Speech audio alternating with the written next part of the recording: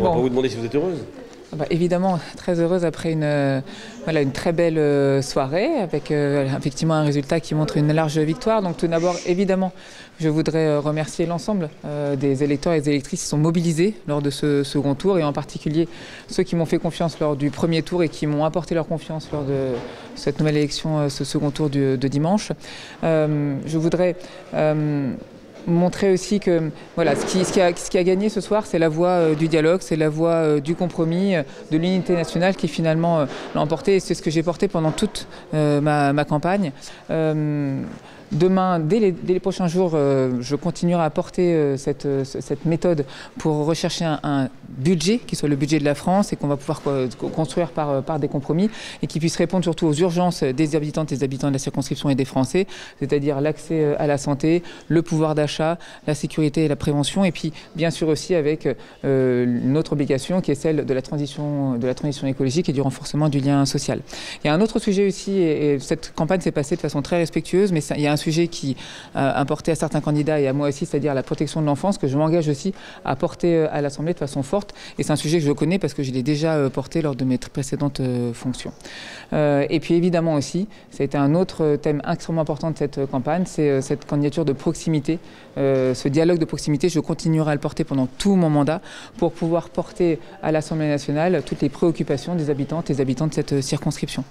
Donc voilà, une victoire une fois encore que je partage avec tous ceux qui m'ont accompagné et surtout que je partage de façon très positive sur ce que ça veut dire. Ça veut dire qu'aujourd'hui, on a effectivement des électeurs et des électrices, des habitants qui attendent du personnel politique une relation de confiance. Et je crois beaucoup à cette proximité que j'ai pu créer, en tout cas que j'ai tenté de faire pendant toute cette campagne. Et puis surtout, c'est cette recherche absolument fondamentale de sérénité, de visibilité et de stabilité. Ce sont vraiment les trois valeurs que je porte à porter pendant tout ce mandat et dès demain à la fois en circonscription et à l'Assemblée nationale.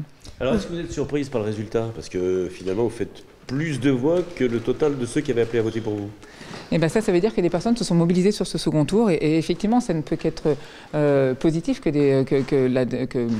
l'exercice démocratique ait amené effectivement bien l'ensemble de ces habitantes et des habitants à se mobiliser autour de ma candidature avec à la fois ce que je représente, mais une fois encore je pense que c'est la dynamisme et l'impulsion qu'on a donné parce qu'avec toutes les personnes qui m'ont porté pendant ces 3 mois, avec le soutien que j'ai tout de suite eu de l'ensemble de partis politiques à la fois du centre-gauche jusqu'au centre-droit, cette union c'est bien d'en parler, mais c'est encore mieux de la représenter. Et puis aussi avec des soutiens des personnalités grenobloises et de la circonscription du Grésivaudan qui m'ont aussi porté à la fois de gauche et de droite. Donc ça montre que quand on se rassemble, on peut gagner. Je crois que c'est ça aussi, finalement, ce score qui est effectivement important, hein, plus de 63%.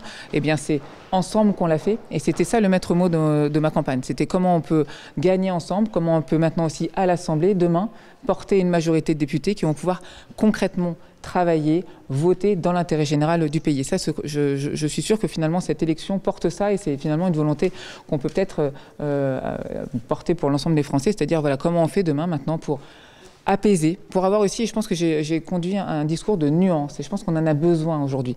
De la nuance, on peut avoir des convictions et il faut en avoir, mais il faut savoir aussi écouter, respecter et c'est comme ça à mon sens qu'on peut avancer et cette victoire plutôt effectivement large montre que c'est une volonté réelle et concrète des habitantes et des habitants de cette circonscription. En pourcentage de voix, vous faites mieux qu'Olivier Véran en 2024, en 2022, c'est une fierté pour vous, une petite fierté ?